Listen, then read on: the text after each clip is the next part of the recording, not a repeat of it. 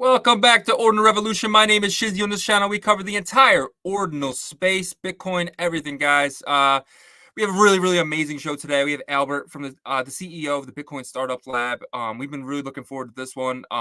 We've been talking to the ordinal side, and he was telling us this guy is amazing. We were talking to Jay from Bison Labs, and same thing. They said, "Hey, Albert, and what they're doing over there is absolutely amazing." So me and Yago B, we got together and said, "We gotta get this guy on." And today's the day. And it's going to be a really good show. We're going to really get into everything with the BTC Startup Lab. We're going to get into Albert's background and, just how we normally do. Without further ado, I'm bringing my partner, as always, Mr. Yagobi. What's up, buddy? What up? What up? What's going on, man? So we have Albert from BTC Startup Lab. That's like I said, we kept hearing his name, and got to get him on. So yeah, that's exactly what happened. Really, like we would be in regular conversations with Sam from the Ordinal side, and just kept hearing this guy Albert. I mean, with Albert. Albert's like, trying to help me with this or that, and so many things to where you would hear about Albert just assisting builders in the space, and then we had our couple interviews with Jay Lee, and everybody knows what he's building over there with Bison, amazing stuff.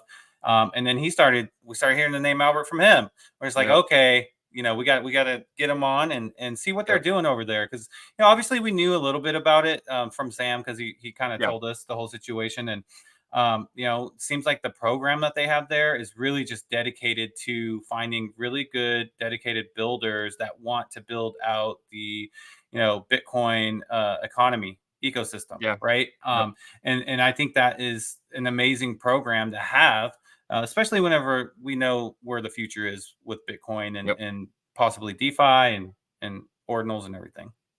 Yeah, I mean, just like you said, all those projects are basically the next gen of what we're doing now, what we're seeing now. So with the ZK rollups and a bunch of other things that we'll let Albert get into. But yeah, without further ado, let's bring him in. Albert, what's up, buddy? What's up, Shizzy? What's up, Yagobi? Thanks for having me. Yeah, thanks for joining us. Thank you. So I'll get right into it. On the show, we love projects. We like to take deep dives, but first we like to get to know the person. And if you can kind of give us your background, far back as you can, and kind of lead us up to like the first time you heard the word Bitcoin. The first time I heard about Bitcoin, I think was like 2010, 2009. My brother tried to convince me to get some, and I told him it was a scam. So he obviously is much smarter than me, and about 2 years ago I had to eat my words, right? That's when we did a full pivot into Web3 on Bitcoin, and right before then we had completed 21 cohorts for pre-accelerators out of China, making us the longest pre-accelerator in all of China by a lot. And even before that, I was a software engineer in the Silicon Valley. So that's the brief version of what I was doing before I got into Bitcoin. All right. So was like Bitcoin the first chain that you actually played with? Did you play with any of the chains or anything like that before that? I played with Stacks first. And then that led me to Bitcoin shortly after, a couple months later. Gotcha. So go ahead. I was gonna say, you never thought about dabbling over on the dark side of the EVM side of things? Look, I have a lot of friends who did, and so I sort of had like not a front row seat, but I would hear about it. Like who hasn't heard about the DeFi boom or the NFT boom, right? Yeah. And all the scams and rug pulls. But I didn't. The first time I downloaded a wallet, I guess, was to research. Actually, I wanted to, I came to Bitcoin. I found out that it was basically stagnant for the last 5 years when I started researching it 2 years ago, and people were saying, "Hey," trying to convince me to just start Ethereum, and I said, "Well, I should probably just to do my homework, to download a MetaMask and play with some of their products, right?" And it was just out of research. Gotcha. So basically, you learned by association. You kind of saw your friends go through the whole casino over there, and then you're like, oh yeah, I like where I'm at right here. So that's cool. Yeah, and when I was researching it, there was about 2 years ago. There was a peak, right? And Hmm. I had looked at the figures and I saw the 4 year cycles, right? So I sort of, people sort of knew that there was going to become like a correction before the next cycle started again. Hmm. And at the time, the reason why I decided to come to Bitcoin, although the users, liquidity, etc., there wasn't ordinals obviously back then, was because I couldn't even find 100 applications running on Bitcoin, right? But then there's probably like 10,000 at that time on Ethereum. And if you look at the total value locked on Bitcoin back then, it was like 0.03% of Bitcoin or 0.01%, something ridiculously low. And then Ethereum had already gotten to 20 something percent TVL, right? So I said, well, where am I going to go? I'm going to go to a larger asset class where there hasn't been much building it, right? Because I talked to some people and they said we're about to make breakthroughs with smart contract and other types of programming technologies on Bitcoin. I said, well, if that actually happens, then wouldn't that be a blue ocean opportunity? Yeah, That's that's ac- aw- that's ac- I, yeah. No, go Go ahead, ahead. go ahead, Shizzy. No, I was just saying, like that's actually really awesome. I didn't really think about like because we're not stacks guys. We never really got into stacks, but we do hear a lot of it building, and I never really thought about it that way. Like people actually wanted to be over there for the smart contracts and stuff like that. So that's one of the first. You're probably one of the first people besides I think like Prism and a few others that said that. So Yeah, I mean, don't get me wrong. I mean, there's Bitcoin is a very big. I mean, well, it's still small compared to Ethereum, but yeah, our first core in Bitcoin last year, it was just stacks. This core that just finished this summer, we had 12 different Bitcoin technologies. Stacks was oh one wow, out of 12. So we've gone agnostic since then, and yeah. made some pretty big changes. That's awesome. And I mean, you have to have some pretty good, foresight to be able to go into Bitcoin when there's less than 100 applications, and seeing that opportunity there. Because I think what it sounds is that you kind of took that risk versus reward, and it seemed like the reward was really high. Risk was not, didn't really, not too much risk, but maybe it doesn't take off like you think. But like Ordinals is what I feel like got some of the people that didn't have such good foresight as yourself, like myself, maybe, and someone that started on Bitcoin in 2013 went away to the dark side, and then Ordinals kind of made that light bulb above my head start to shine, and I said, okay, I need to go back. So that's pretty awesome. You said 12 different technologies in terms of like, I guess you mean by different like side chains, meta protocols. Is that what you're talking about? Yeah, yeah. So Well, I mean, after, well, go ahead. Bitcoin layer one is one of them, of course, obviously. Yeah, That's like, if you don't want to, you just want to build on Bitcoin, right? And then I would consider ordinals as a meta protocol, like depending on how you define it. And I would also define Taproot as a different technology, right? Well, it's ordinals is enabled by Taproot, but then there's also DLCs, right? Um, Lightning, Rootstock, Stacks is one of them. Now we have Bison, the ZK rollup, right? that's awesome. And do you feel like, because it's interesting your perspective, because you were already there before Ordinals was anything, but after Ordinals became something, I feel like it brought this attention to Bitcoin for people that were like, okay, look, there's something here, we can build on it. Do you feel like it made like a huge change from your perspective that was already kind of thinking about building on Bitcoin, or do you feel like it's overblown? It's not overblown. I mean, I like to speak with numbers and from experience. So if I don't know something, I'll tell you. But this is what I've seen, right? So we're a pre-accelerator. To the best of my knowledge, we're the only pre-accelerator right now on Bitcoin, which means that we start with ideas. And so in a lot of senses, we're sort of like the origin of a lot of these first to market companies, right? And what I saw last year was 80% of the applicants, they applied and they try to convince us to go to Near or Polygon or Ethereum or whatever chain. Like, hey, we don't have enough pre-accelerators over there. Don't do Bitcoin, just come to Ethereum. 80%. Like, but you didn't see our website. It says like it's a Bitcoin Startup Lab. Right? So that was last year. That was last year. This year, 99% of the people that applied said, hey, we're going to build on Bitcoin. And many of them actually, not over half, but, like 25% were actually from Ethereum or Polygon or another chain. They said, we just launched an MVP, but we started reading up on the programmability of Bitcoin. And, we saw what was happening at Ordinals. And now we're abandoning it. We're going to put that on pause and we're going to rebuild on Bitcoin. Right. And it's just like what you said, Yago V, is they had started on Bitcoin. There's no programmability here. Can do much with it, right? Went to Ethereum, and now they're coming back. And I'm actually quite envious of the people who came back because they have so much knowledge, right? They have so much knowledge. They went on their journey, got a bunch of knowledge, and now they're coming back to Bitcoin at the perfect time. Right? Yeah, that's true. So, you see that a lot. Yeah, but to answer your question, yes, Ordinals, in my opinion, started the Bitcoin Renaissance. Bitcoin Renaissance. You got Ordinal Revolution.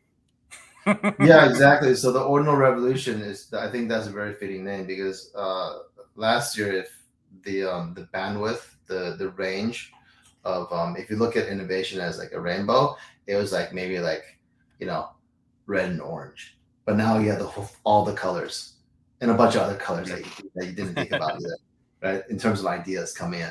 So it wasn't just Ordinals, but there's like a Cambrian explosion of ideas. So yeah, it definitely just Ordinals really made Bitcoin fun again, right? To build on. Yeah. So take us back. I kind of want to know how the origin of Bitcoin Startup Lab happened.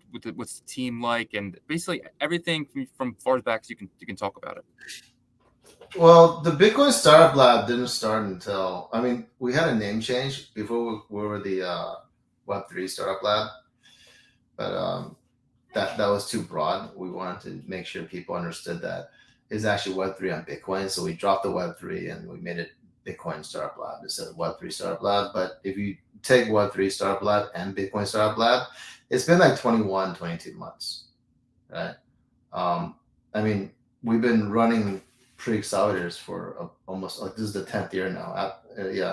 September marks the end of the 9th year, and now we're at the beginning of the 10th year doing this. So as I alluded to earlier, we're doing this in China as a pre-accelerator, and that it was all agnostic, right?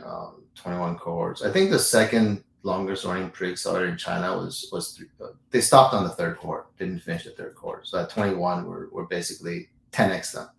Right, so that's how far ahead we were ahead of our competition. In 2001, we did 9 cohorts. In the first 4 months of 2022, we did 3 cohorts. We did almost 12 cohorts in the last 12 months before we left China, right? And the reason why we came over is because China's environment became unfavorable for expats like myself, right? And I also saw firsthand, like China used to have 3 factions in the party.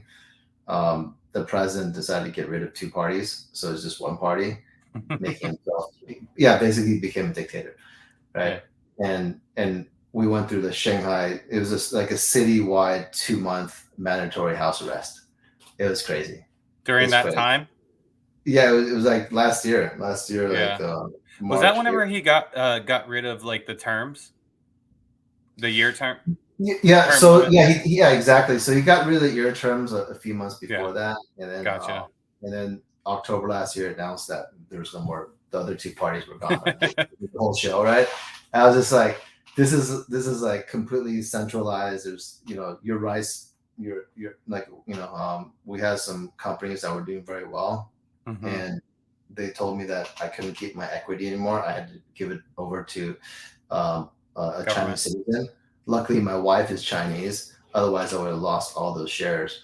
But long story short is I was like, and you know, and at the same time, I was getting into Bitcoin, which is decentralized, permissionless, right? Yeah.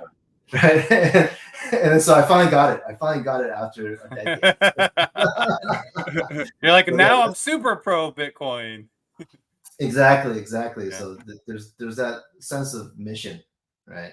Yeah. Because yeah, things can go very wrong, like without us even knowing. Yeah. So Yeah. it is important for all of us to fight for Bitcoin and to create new utility on Bitcoin, right? So we can have, I don't want to say it's going to replace the powers that be, but at least there could be an alternative financial ecosystem that keep people more honest, right? Yeah. Yeah. Having that option is definitely, definitely always there. And like, just you came from the most centralized system in the world to the most decentralized system in the world. That's huge. Yeah. And it's crazy because now China seems to be pro crypto, or at least like the Hong Kong region, right? They're trying to kind of bring the financial type of energy back to Hong Kong. My wife is actually Cantonese, so her Oh, family's from okay. Hong All Kong. right. Yeah, So, all right. So yeah. So yeah, you go ahead. So you had like the real stories going on there. yeah, yeah.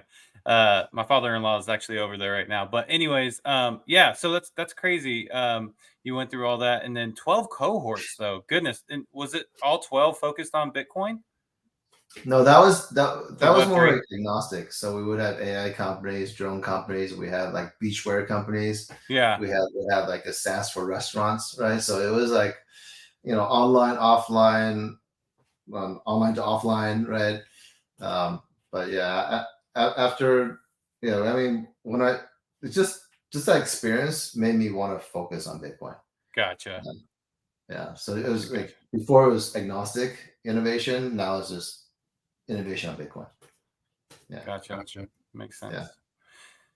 One thing I wanted to ask you, you're right in the middle of all this like infrastructure build out, and it's actually you're part of that, right? And so that's got to be a little bit stressful and frustrating, but that's just from my, perception, and which is not much, right? And so the reason why I ask about this is because you got stuff changing with the infrastructure already, or people talking about it. For example, the BRC20, and then the runes talk with Casey, and then the indexing. What's your approach to that? Because it's like the space we're in with Bitcoin and DeFi and ecosystem, it's like going so fast. Like, how do you approach that? How do I Approach it in terms of like trying to curate these like new companies and oh, builders? How did yeah, because they might have to pivot. well, that's a great question. So keep in mind I came into Bitcoin last year. So this activity is actually very welcome. It was very lonely Gotcha. last year. There Yeah. many days, many weeks, many months. I was questioning myself. Hey, did we make the right decision coming here? Yeah, but yeah. So yeah, exactly. After Ordinals, things just exploded, right? And yeah, I mean, are you asking me how we select Yeah, projects? like I guess to make it give you clarity, my question is more of like, how do you get over the change of like infrastructure? Because right, like I feel like with Bison Labs, that they're actually like a perfect like the ZK rollup. They have modules, so they can kind of adjust easily. But another project might not be able to. What if there was a project that was more focused on just BRC20s or something like that? Do you even take that into account of like? Oh, you mean like what if Casey changes Ordinal's protocol? Yes. I think that's definitely the risk. Um, Yeah.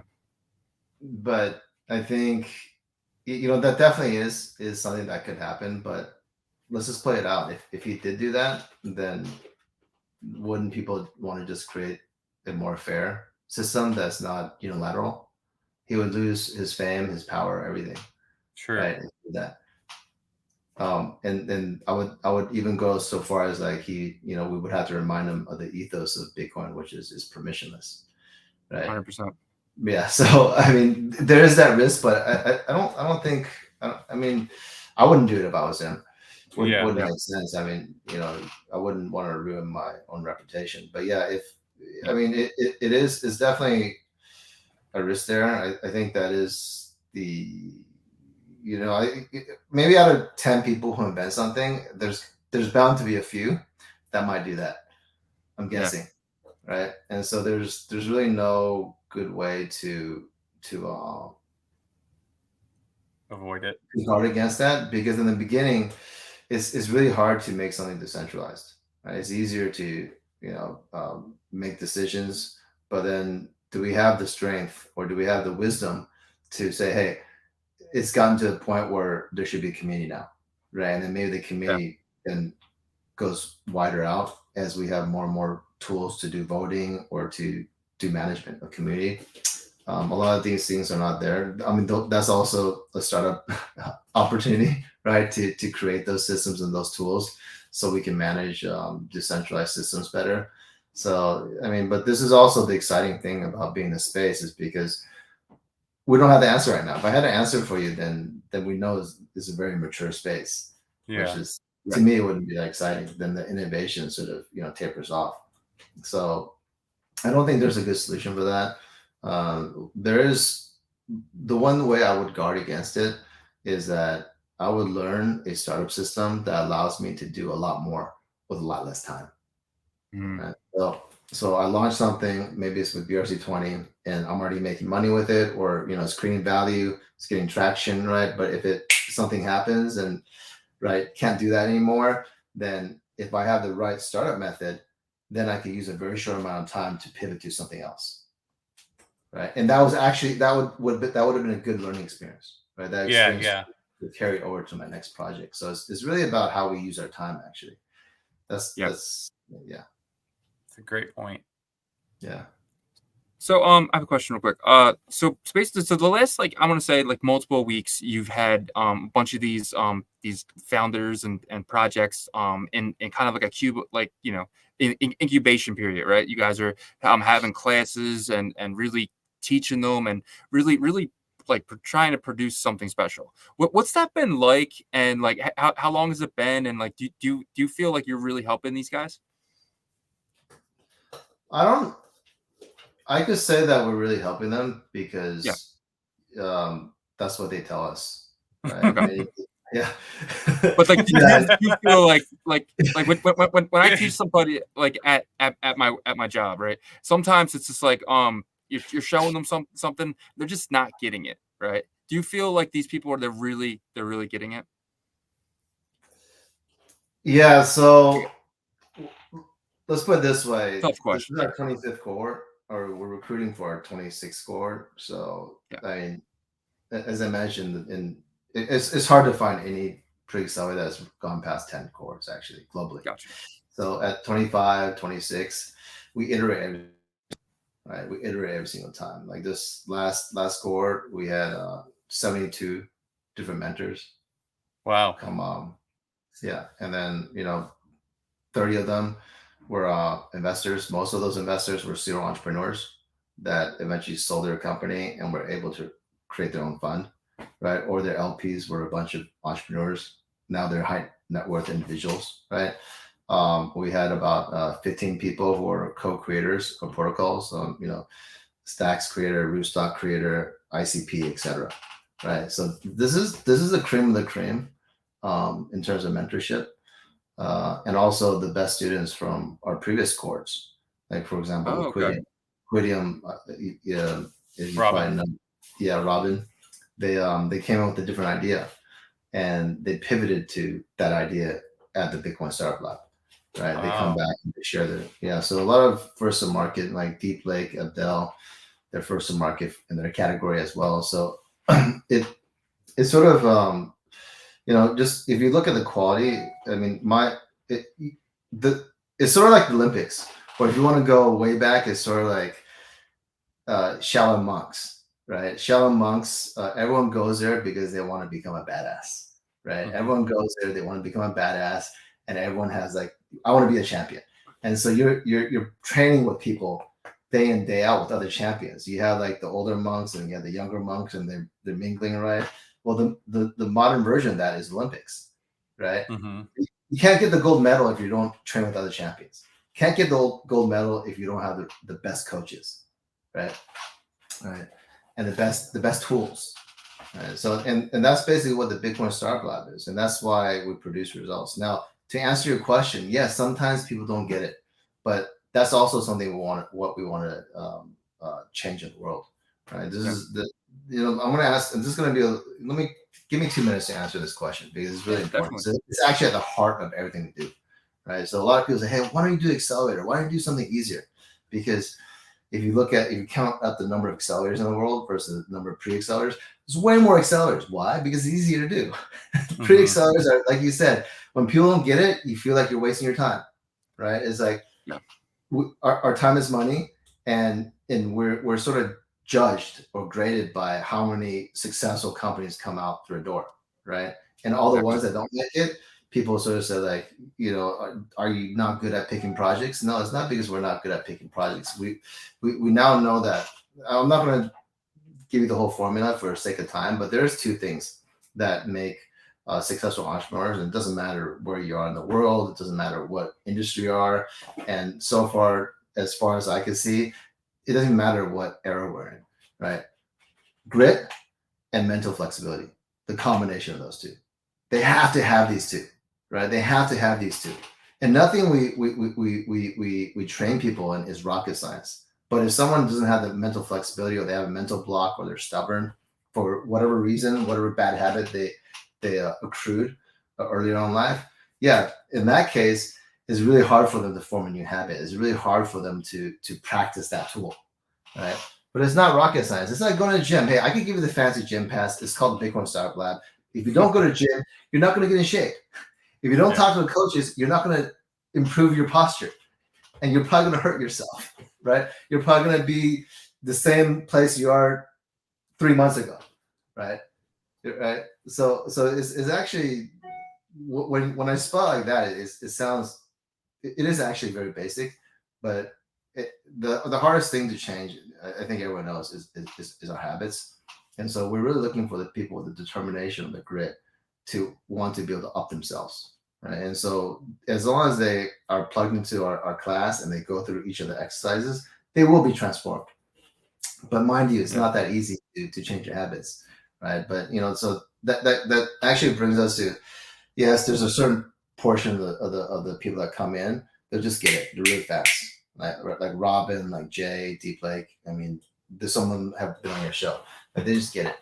Others, they take a little while longer, but even though we know who they are coming in from their application and from the interview, we still want to take them on, because what if one day our program evolved where we could also help those people? Think about that for a second. Yeah. Then that would mean like everyone can innovate. Yeah. How great would our world be if everyone can innovate? Basically, when I say innovate, you take less, but you create more.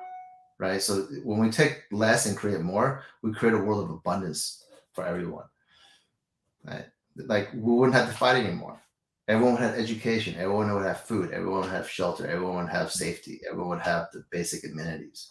Right. And that's actually what we want to do. Bitcoin is just an accelerant for that.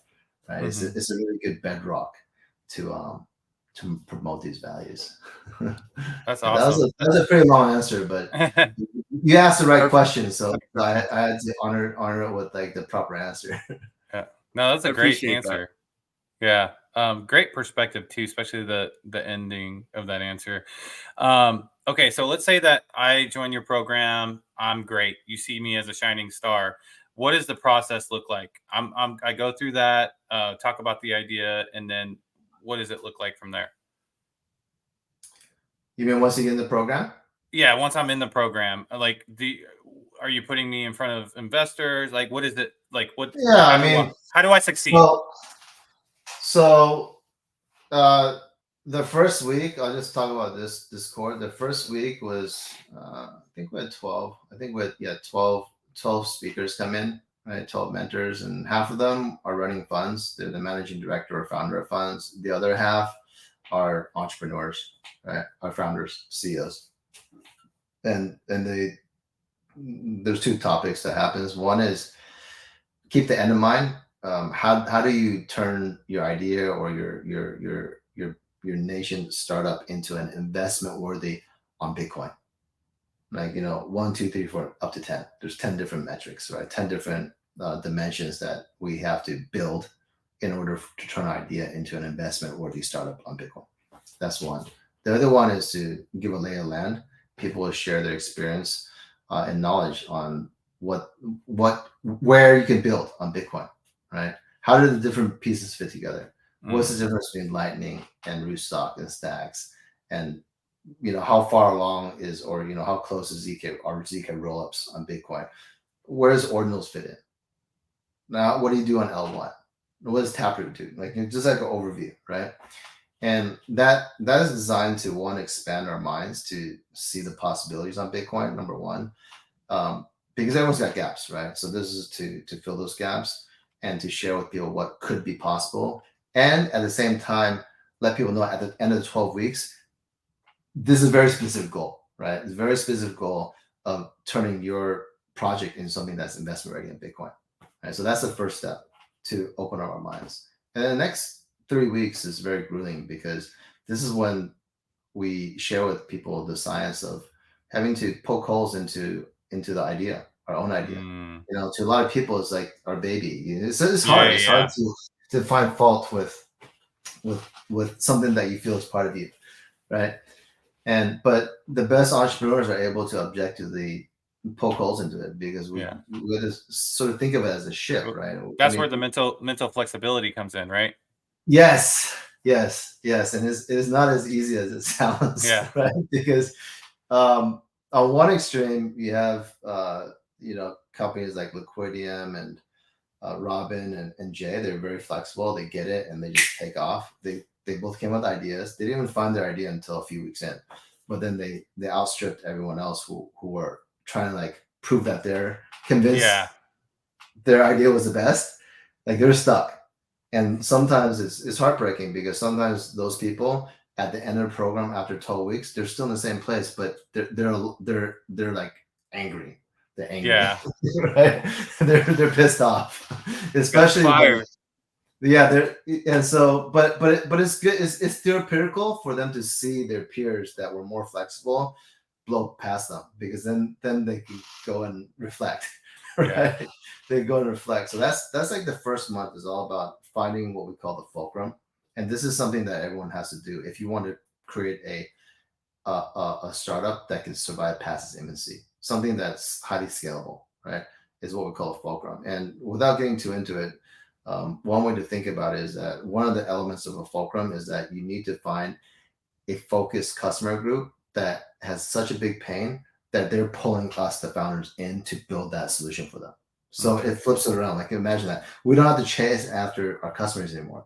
We don't have to spend any money on marketing. We don't have to spend money on education. We don't have to do anything with them, because they just know. They like, you can fix this problem. Can you have it done yesterday? Right? And so as a startup, when we have very limited times, we have limited number of people on our team, and we have very limited capital, guess what? We don't have any money to spend on marketing, period. And that's why we have to find the fulcrum. That's the first month, right? The second month is all about doing that deep dive into different Bitcoin technology. So you have a problem, you have the fulcrum. Now, what Bitcoin technology do you use to build the best product to solve that problem, right? And then they have to launch it on testnet. There's a sprint. Launch on testnet. Show that you not only have the business acumen to find the fulcrum, but you guys also have the technical expertise to actually bring it to life. And during this process, people are mixing, because co-founder matching is a huge component in our program. Like, the first one, like, average is about 62, 63, almost 2/3 of the people graduating our program will find a co-founder, right? About 2/3. It's a very high hit ratio, right? So they're mixing, they're making teams, helping each other out. And then after that, right, you show them that, okay, there is a group of customers that are pulling us in. We've shown traction on Twitter or Discord. We've built a proof of concept for them to use, and the iteration cycle begins. Right, so it's about building that muscle memory between making a better product and then finding that what we call the fulcrum, right? And so that's the iteration towards product market fit. Now, On top of that, we have to find a business model. So we do a deep dive into Web3 business modeling, into Web3 network effects. If you need tokenomics, doing deep dive into tokenomics, right? And then finally, there's a 10-day sprint to get everyone ready to articulate their project in 5 minutes in front of top accelerators on Bitcoin and also top pre-seed investors. Like this past cohort that just finished a few days ago on September 29th, and there were over 30 pre-seed investors and four accelerators, including Lionstaff, which is now in my opinion is probably number 1 and number 2 Web3 accelerator, and they're beefing up their Bitcoin startups, right, for their community. So that's really exciting. Yeah, it's a big sign, right? A lot of these accelerators didn't want to come check us out last year, right? But now the smartest ones are coming over. So it is a very strong sign that the market, and actually over half of these investors they're coming from Ethereum too. So that's crazy. Yeah. So it's happening, guys. It's happening. Yeah. That's awesome. It's really cool that so they're coming in as individuals and they're leaving as team members. They're leaving as partners. That's amazing. Do you see that a lot? Do you see them coming in and not really knowing each other and then actually leaving with amazing teams?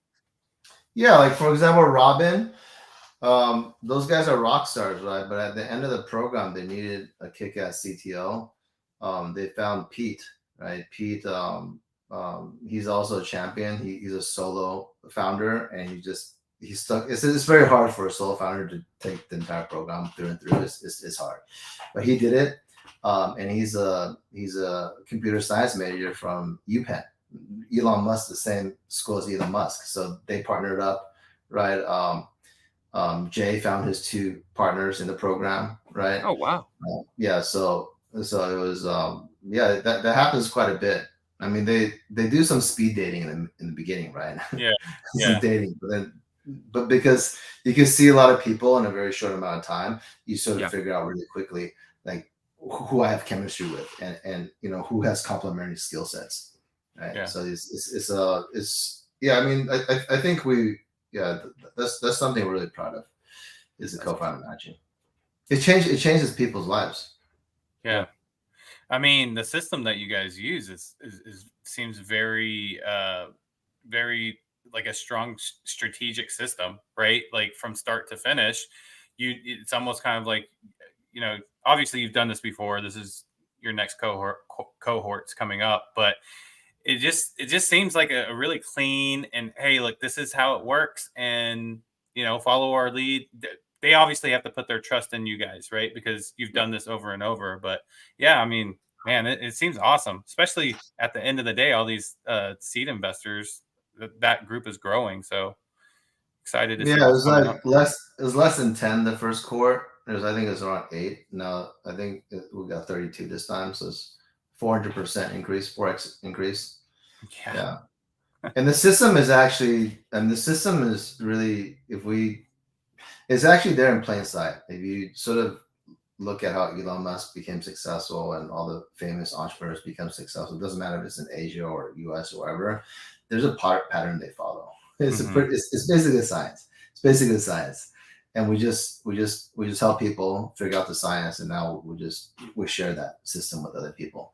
So it's not we can't take full credit for it. We just organize it and made it convenient for people to learn and to utilize. Yeah. And I think it's like a convenience more than anything. Yeah. Well, speaking of conveniences, there's a giant robot in every room now, right? Called artificial intelligence or AI. How often do you see teams really using ChatGPT, Bard, and things like that? And do you kind of push them towards it if they don't? Absolutely. No, that's a great question. So this last cohort, everyone crash course on how to use ChatGPT. Obviously, that definitely increases your work productivity. We have several teams with AI backgrounds, masters or PhDs, and the intersection between blockchain and Bitcoin and AI is just going to be so huge. So, and then the most previous hackathon that we're in the judging period right now. It's about to finish, but it's a Bitcoin AI hackathon. So there's also like last time we had one application out of 25 for the first hackathon 6 months ago. Having AI this time, it was about 15, almost 20% of the applications have AI. Wow. So it's happening. It's happening. That's yeah. So yeah, you had the right idea. You had the right idea that there's a giant robot in every room now. Yeah, it really is. Yeah. So where do you see I guess this next cohort is probably going to be a big one because it's Q4. We're heading in Q4, almost into like the halving next year, right? So will you have 2 more cohorts before that time period, kind of like that April, or is this the one? Yeah, good. Yeah, no, you're right. I mean, yes, we're launching our next cohort in November next month, and it's gonna run until end of February, right? And then we'll probably launch another one a month after that. So after March, like April, basically, we want to call that the Bitcoin halving cohort, because that one could get crazy. Yeah, the Bitcoin. Yeah. So, and to answer your question, yes, last year, oh man, it was like at this time last year. I mean, we all remember what happened at this time last year. So like, it's like crash and investors clam up. All the pretenders running away. Right? It was just like a vacuum, like collapse. Mm-hmm. It was just like 10.0 earthquake and rearranging everything, and it was painful recruiting. I mean, I think we got like 100 something signups in a month, but in comparison, we got like 100 signups in less than 10 days. Yeah, since we announced it. So things are warming up, guys. Things are warming up. So yeah, it looks like we are gonna have a bigger core. Like we had 25 the first time, we have 51 this time. Our hackathon numbers, like we have as you probably know, we created Bitcoin Olympics hackathon. So there's the first one was the first Ordinals hackathon ever globally. That was in March, April. This one about 5-6 months later. 45% increase in the application numbers and just the contestant numbers. And then from 25 teams that submitted their projects to 63 teams that submitted projects. So that's 2.5x right there, 2.5x. So if that's an indication of our next score, maybe we'll have 75, 100 maybe. Wow. Yeah, so it's heating up, guys. You guys are doing the right thing. It is an Ordinal Revolution. Let's go. Yeah. Let's go. Building in the bear. Building in the bear. All the most real people come out in the bear, right? Because I mean, only the true believers, only the people who have like the guts to do something during the bear. Yeah. And when it takes out during the bull, then who benefits? It's the people who've been building the foundation of the bear. Exactly. Like, all the Airbnb and Uber came out of the ashes of 2008. In the 1975 recession, which 2 companies came out of there? Apple and Microsoft. Right? Oh, that's true. I didn't think about this that. This just repeats itself over and over again. I've got tons of these examples. Yeah, that's awesome. There's gonna be some. I think Bison, Liquidium.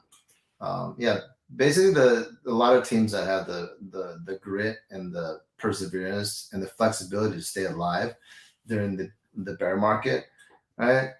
You're going to see that they're going to become the front runners right after the Bitcoin halving. Yeah, and if you have superior talent, that's just on top, right? Like I feel like, I mean, obviously you have to have some talent, but I feel like the 2 that you named, man, like those teams are talented. We've had Jay on twice, and even though there's the teensy-weensy maybe a little bit of language barrier, like we're so focused on what he's talking about so we can understand everything, because like we're just like, man, this guy is talking about some innovative stuff, bringing it to Bitcoin. We're here for it, so it's awesome. Yeah, they're the first he was the first team to link up ZK and Ordinals and then generate Bitcoin from it. Yeah, I mean, if that's not talent, I don't know what is. Yeah, no, he's very talented. I mean, I think, like I said, it's really the mental flexibility and the determination. Yeah, Yeah. and they're also very intense, right? But if you have the first two and you're intense, what happens is that they're not afraid of failing, right? So they could fail like several times a day, versus maybe some people they fail like once a week or once a month, right? But this is I really like this metaphor. Success is like the way I see success, the way I visualize it is we're on a cliff. And if we want to become successful, we have to cross this massive chasm, and success is the other side, right? And so a lot of times when people are successful, they make it look so easy, but here's why, right? So every time we fail, we're gifted with like a boulder with a rock, and we can throw it into this chasm, right? So the game is how quickly can we fail as many times as possible so we have enough boulders to fill the chasm, and then we just walk across. I love that. Man, that's that. now my favorite saying, Yeah. or story or whatever. Yeah, that's awesome, man. Yeah. Yeah. Well, you answered all my questions. I really appreciate that. Yagobi, do you have anything else, or? No, man. Like it's been a great conversation. I think this episode's gonna be very, very helpful for those people that are looking to innovate, and they'll know at least where to get information from if they decide they want to take that next step. Yeah. So I mean the website is there. People could sign up, right? It's applications are open until November 3rd. We're going to go for a stretch goal and start on November 11th. But I mean, sometime in November. So we're taking applications now. We're doing interviews. The amount of talent, the quantity of talent has gone up. The percentage of talented people applying has gone up. So it's just the game is, when you're around a bunch of champions and when you work with other champions, it's very motivational, right? When all the mentors are champions themselves, you can't help but get better, right? In a very, very fast way. And there's so many different technologies to build on, including Bison, the ZK rollup on the Ordinals, right? And Bitcoin. They already have 5 teams building on them, and they have the right idea. They created BRC20 AMN, but another team said, "Hey, we want to do it. No problem. We'll give it to you.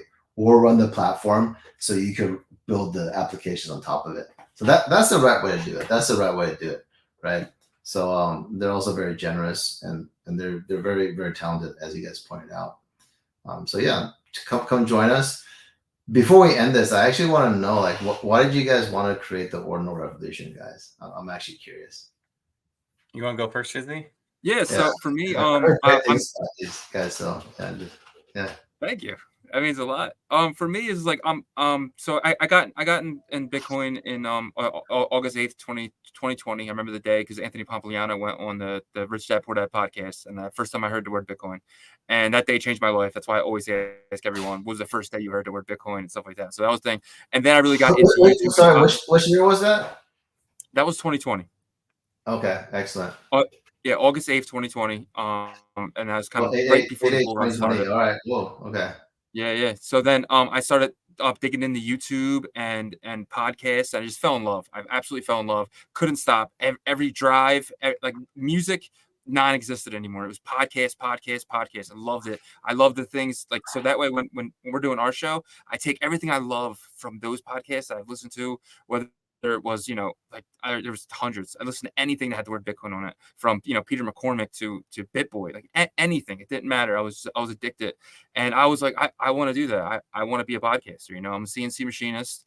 I love what I do. I love programming the machines. I love cutting metal, but my real passion, and I didn't discover it until 2020, was to talk about crypto. And everyone in my life thinks I'm nuts, right? They're all like, Bitcoin, you know what I mean? But when I sit here with Yagobi and I sit here with you, it makes me feel normal. It's like I found something I love and I want to talk about it. And why not do it so everyone can learn? Yeah. So for me, a lot of it similarities to what Shizzy said, but like I actually got introduced to Bitcoin in 2013, but I was one of those people that bought a little bit of it, and I bought it when it was at its top then, which I think it was like $600 or something. Anyways, fast forward, I didn't really stay into Bitcoin. I got into other stuff, Litecoin. I felt like I missed the boat on Bitcoin, Litecoin, and then Ethereum. And then I got to this point to where I would be at parties and people like stopped talking to me because all I would talk about was crypto. And so like I was that guy at the party that would talk about crypto all the time. And so I kind of learned that, okay, like my inner circle doesn't really like crypto. And then so I would like get on Twitter and I found a couple of small groups that liked, just I could talk to them about whatever chain I was on at the time. And I ended up, the way me and Shizzy met was some random stuff. Like it was, he posted about crypto. We weren't following each other on Twitter. He posted it, but it came in my feed. I responded to it, and he goes, "Hey, do you want to jump on my show?" I was just like, let me think about it. But it made me think. It made me realize that, look, I like to talk about crypto and this, maybe I could do it this way. And me and Shizzy just kind of like, we clicked right from the beginning. We had no subs at all. And then we pivoted when Ordinals came because I was like, the light bulb came over my head and I said, look, I'm making full circle back to Bitcoin right now because there's something amazing happening there. And I said, let's just, let's get into it. And then Mark Jeffries actually gave us the idea to focus solely like brand to Ordinal Revolution, or like, into Ordinals. Yeah. And it's just been fun, and I think when you actually love doing like a hobby, and if it can turn into something more, then that's great. But if it doesn't, you still love it. That's important to me. And that's where we are right now. Okay. Excellent. Well, let me know if you guys need any more people to interview. I'd love to support your show somehow. For sure. For sure. Send them all our way, man. Yeah. We love talking to especially startups because they're, you kind of like, it'd be nice to kind of get like episode 1, 2, 3, 4, and then next thing you know, they're a $1 billion company and we interviewed them when they were. Oh yeah, you come to the right place. We could give you the whole gamut of startups that just launched on testnet to startups that just raised their pre-seed, and even some startups that are a little bit more mature than that, but they're still considered a startup, right? Yeah, super. Thanks for having me, guys. You guys are doing a wonderful thing. Keep it up, and we'll support any way we can. Appreciate it. We would love to have you on again. Yeah, absolutely. Would love that. It'd be an honor to come on again. Awesome. Appreciate it. Thanks, Albert. Thanks, guys. All right, Ordinal Revolution. Let's go. Let's go. All right. LFG. See you, Albert. See ya. Well, that was absolutely amazing. I love that guy. He's awesome, and I'm now I know why Jay and those guys talk so well about him. Sam and Liquidium, they always we do the show and we talk afterwards, and it was all good things about this guy, and now we know why. Yeah, 100%. You can tell he was kind of made for this role to curate these innovative builders projects, and he just seems like a natural at that, right? Like kind of like the mentor type role, right? So I'm excited, man. I'm excited to see. You know what, like, dude? So Liquidium, Bison, like, what's gonna come out of this next cohort, right? So like, we just gotta be on top of it, right? And you, audience, need to be on top of it because if you watch us, then you will be on top of it, right? Yep.